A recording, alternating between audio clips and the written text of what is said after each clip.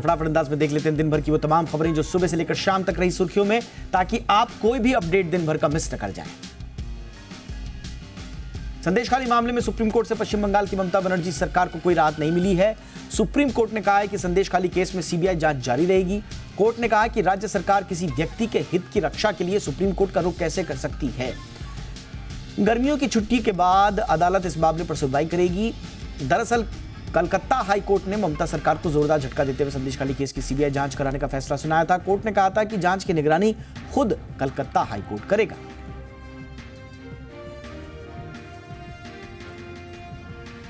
Supreme court ने बंगाल शिक्षक भर्ती घोटाले में सरकारी अधिकारियों के खिलाफ सीबीआई जांच पर रोक लगा दी है। कलकत्ता हाईकोर्ट ने शिक्षक भर्ती घोटाले में पश्चिम बंगाल सरकार के अधिकारियों की भूमिका की जांच के लिए सीबीआई को निर्देश दिया था। हालांकि सुप्रीम कोर्ट ने नियुक्तियों को रद्द करने के फैसले पर फिलहाल कोई रोक नहीं लगाई है। सुप्रीम कोर्ट इस मामले की सुनवाई 6 मई को करेगा। याचिका में कहा गया था कि हाईकोर्ट के उस आदेश पर रोक लगा दी जाए जिसमें सभी नियुक्तियों को रद्द कर दिया गया है।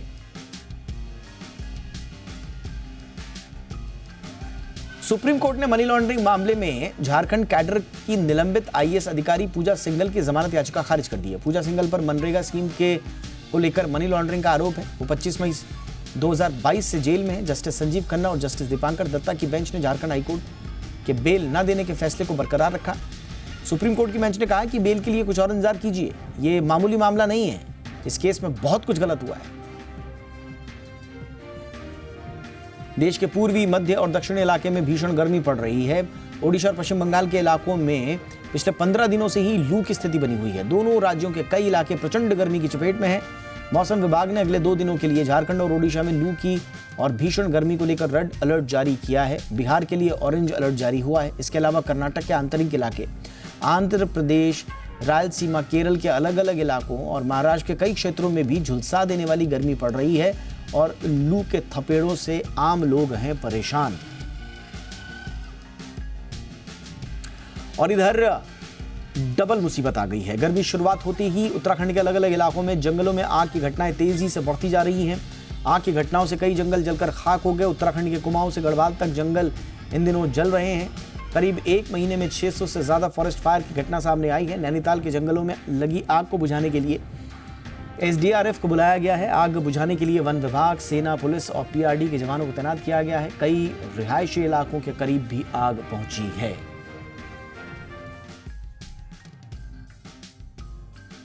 अल्ट्राटेक ने जनवरी मार्च तिमाही के नतीजों का ऐलान कर दिया है। सालाना आधार पर कंपनी का मुनाफा 35% बढ़कर 2258 करोड़ रुपए रहा। जी बिजनेस ने 2080 करोड़ रुपए के मुनाफे का अनुमान दिया था। कंपनी की कंसोलिडेटेड आय सालाना आधार पर 18,662 करोड़ रुपए से बढ़कर 20,419 करोड़ रुपए रही। मार्जिन भी 17.8% से बढ़कर 20.1% पर पहुंच गया। कंपनी ने 70 रुपए प्रति शेयर डिविडेंड का ऐलान किया है। 31 मार्च को खत्म वित्त वर्ष में वॉल्यूम ग्रोथ 13% रही है। टाटा ग्रुप की कंपनी ट्रेंट ने जनवरी मार्च तिमाही के दौरान शानदार नतीजे पेश किए हैं। सालाना आधार पर कंपनी का मुनाफा 105 करोड़ रुपए से बढ़कर 654 करोड़ रुपए रहा। जी बिजनेस ने इस दौरान 191 करोड़ रुपए के मुनाफे का अनुमान दिया था। सालाना आधार पर कंपनी की आय 2077 करोड़ रुपए से बढ़कर 3187 करोड़ रुपए रही। ट्रेंट ने 3 रुपए 20 पैसे प्रति शेयर डिविडेंड का ऐलान किया है। सालाना आधार पर मार्जिन 10.2% से बढ़कर 15% पर पहुंच गया। टाटा केमिकल्स जनवरी मार्च तिमाही में सालाना आधार पर मुनाफे से घाटे में वो आ गई है। 711 करोड़ रुपए के मुनाफे के मुकाबले कंपनी ने 850 करोड़ रुपए घाटा दर्ज किया है। सालाना आधार पर कंपनी की कंसोलिडेटेड आय 4,407 करोड़ रुपए से घटकर 3,475 करोड़ रुपए रही। सालाना आधार पर कंपनी का मार्जिन 22% से घटकर 12.8% रहा। कंपनी ने 15 रुपए प्रति शेयर डिविडेंड का ऐलान किया है।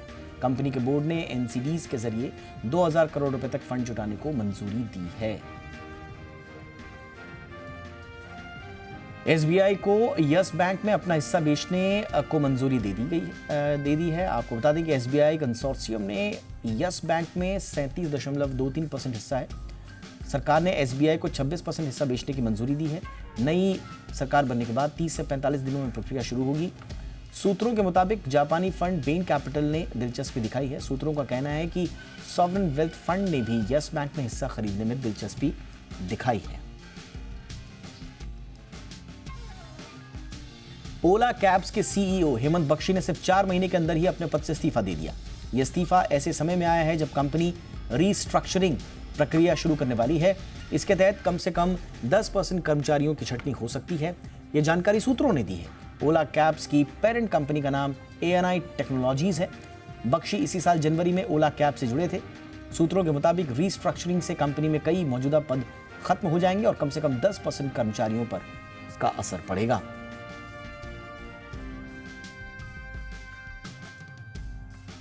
महिंद्रा एंड महिंद्रा ने आज अपनी compact SUV Mahindra XUV 3XO को भारतीय बाजार में लॉन्च कर दिया।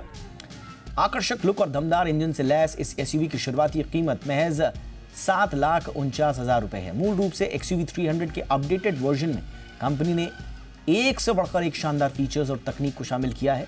इसे कंपनी स्पोर्टी लुक देती हुई नजर आई है और इसमें नए डिजाइन का drop down LED, day time running lights, triangular insert के साथ ही ग्रिल सेक्शन और नया हेडलैम्प दिया गया है। इसमें C shape LED tail lamps दिए गए हैं जो SUV के पिछले हिस्से को पूरी चौड़ाई तक कनेक्ट करता है।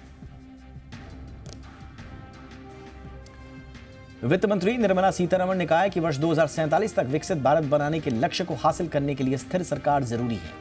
सीतारमण ने गीतम यूनिवर्सिटी के छात्रों को संबोधित करते हुए कहा कि प्रधानमंत्री ने लक्ष्य रखा है कि साल 2047 तक हमें विकसित भारत का लक्ष्य हासिल करना है। उन्होंने कहा कि हमें प्रयास करने होंगे ताकि GDP बढ़े और सभी लोगों का लाभ हो। वित्त मंत्री ने कहा कि GDP वृद्धि अपने आप नहीं होती, इसके लिए व्यापक स्तर पर प्रयासों की जरूरत होती है। उन्होंने कहा कि जब तक GDP नहीं बढ़ेगी हम अर्थव्यवस्था की मांगों को पूरा नहीं कर पाएंगे।